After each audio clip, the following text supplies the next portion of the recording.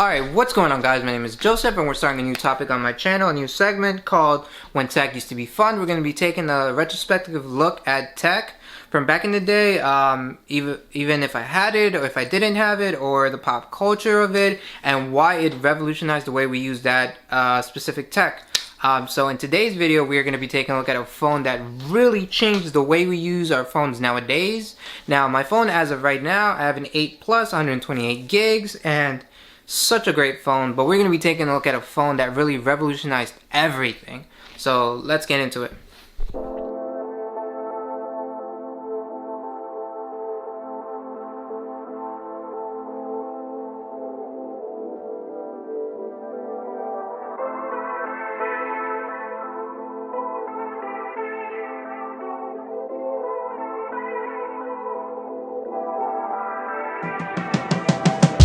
So you guys probably already know by the title which phone I'm talking about. Yes, I am talking about the Sidekick ID, which was started in 2002 by a company called Danger. They partnered with T-Mobile to broaden their atmosphere and release the phone.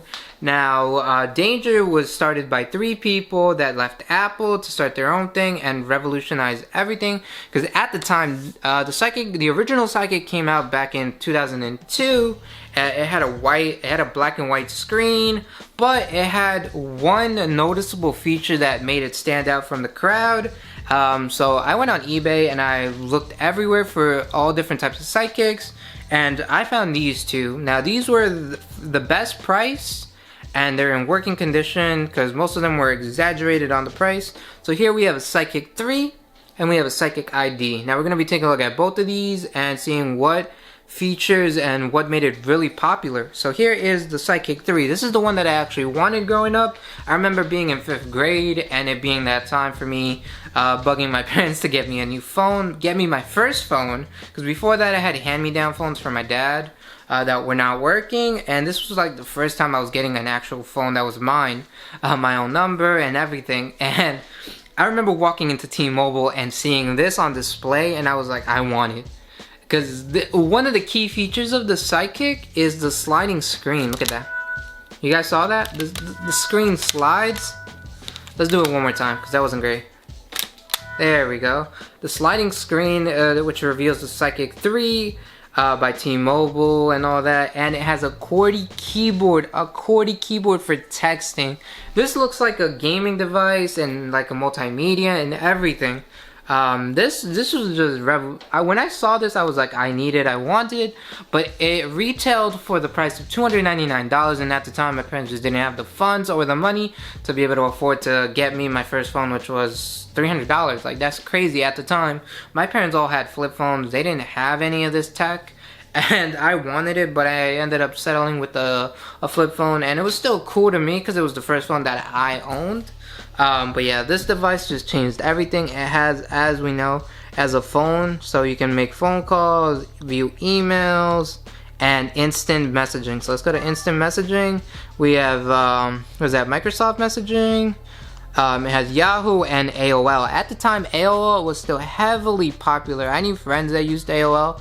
I personally didn't. I grew up with Microsoft Messenger, and I never grew up with Yahoo Messenger, but the only reason why I grew up with this, because I had some friends that most of my friends had this and AOL, but we used this for school stuff and whatnot. So it has that, it has emails, it has its own dedicated app store. This is pre-Play Store, pre-Apple App Store. You could download apps, we'll click on it, it has categories, it has different things you can do. But it doesn't work right now because the servers have been shut down. The Danger servers were shut down back in 2011, which is why these phones aren't really that useful nowadays. Because one of its best features was that everything was stored in the cloud. So what am I saying? This is pre-iCloud and everything. So Danger stored all your contacts, your apps, your pictures, and everything, text messages, whatever you wanted, it was stored. So let's say you went from a Sidekick 2 and then you wanted to upgrade to a Sidekick 3. All you would have to do is literally pop your SIM card in, log into your account, and everything would be back on your device, which made it cool, but it was also kind of its downfall because a lot of celebrities had it. Hannah Montana had it. I know Paris Hilton was a big person who had it. Snoop Dogg had it. Kim Kardashian had it, and then Paris Hilton got hacked. Because some people called in T-Mobile representatives that were able to get the info for Paris Hilton, and then they leaked her pictures, her messages, and her contacts. All her contacts were leaked, which was kind of crazy. I know Danger servers and everything was okay afterwards, but that was kind of a downfall for them, because now that wouldn't happen now. Very rarely it would happen now. But yeah, this was just such a revolutionary device. But the servers are down, so you can still activate them, but you can't get them. You can't use any of the Danger apps. So you can't go to the App Store. You can't use the web browser. You can only call and text on this, and use whatever other apps you had installed on it. So like the music player. Yes, this has a music player. At the time, iPods were still popular. MP3 players were still popular.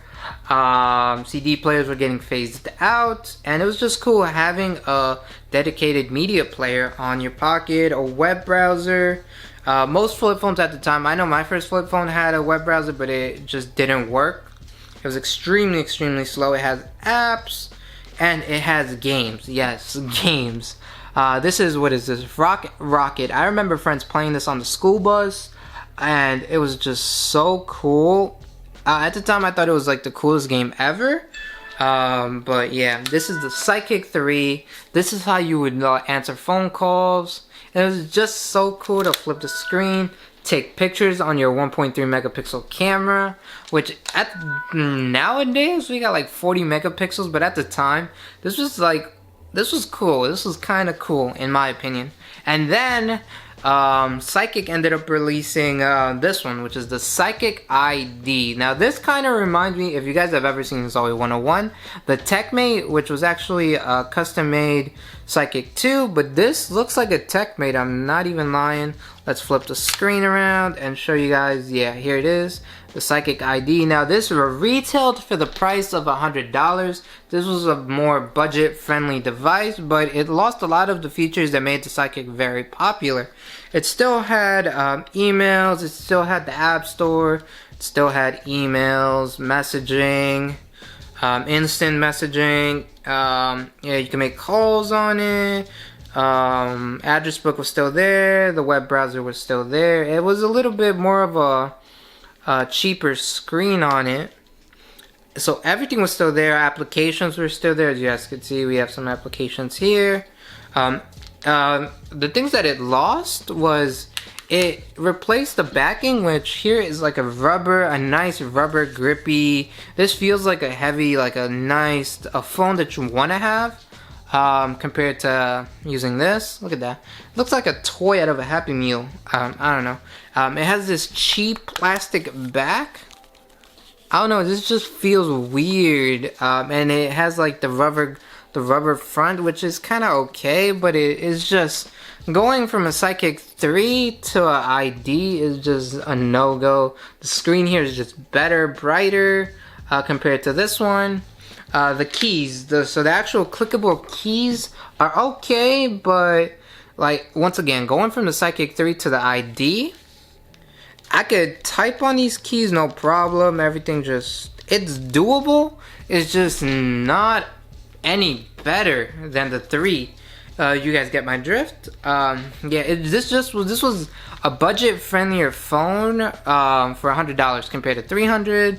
So they did a lot of cutting, and I don't think it was for the better. Because after the Sidekick ID, I remember just not caring about Sidekick ID anymore. I know, because none of my friend groups had a Sidekick. I knew some friends that had an ID, but after that, no one carried Sidekicks, because the iPhone had just come out as well. We had the first Android. We had BlackBerry coming back. So I didn't really see Sidekicks out anymore. I know there was the Sidekick LX, the Sidekick 2008, the Sidekick Slide, which is a really funky device, because Sidekick is known for the flip screen, and this one just didn't have that flip around. It just had a slide up keyboard, which just wasn't it. And then we had the atrocious 2011 Sidekick Android phone, which was just like a no-go. I know one of my close friends had it because he got every new phone that came out, to be honest. But he had it, I used it, I tested it out for a while, and it just wasn't the Android phone Sidekick variant that we all wanted. Now, if if T-Mobile were to release a high-end version of the Sidekick, I've been in forums, I did a lot of research before making this video. So I went to different forums to see what people were thinking, and a lot, like 90% of the people in the forums were like, if Sidekick came out with a new variant of this, like a high-end Android Sidekick, people would buy it. There's audience. And yes, I know T-Mobile kind of gagged it. Kind of did a gag for April Fools. They were releasing the new Sidekick, which was just a shoe with the Sidekick branding on it. But I'm being honest, T-Mobile, if you're gonna release a new phone, release the Sidekick, please. I would buy it in a heartbeat. This has been Joseph, and this is just me talking to you guys about the Sidekick and all its revolutionary things. And it's a device that I miss. But we've gone so far ahead in tech that if they released a new one, I'd buy it. But I love my iPhone. Alright, I will see you guys in my next video. Hopefully you guys enjoyed this one. And let me know what other retrospective tech I should take a look at. I will put that into consideration. And I will see you guys in my next video. Alright, peace out, guys.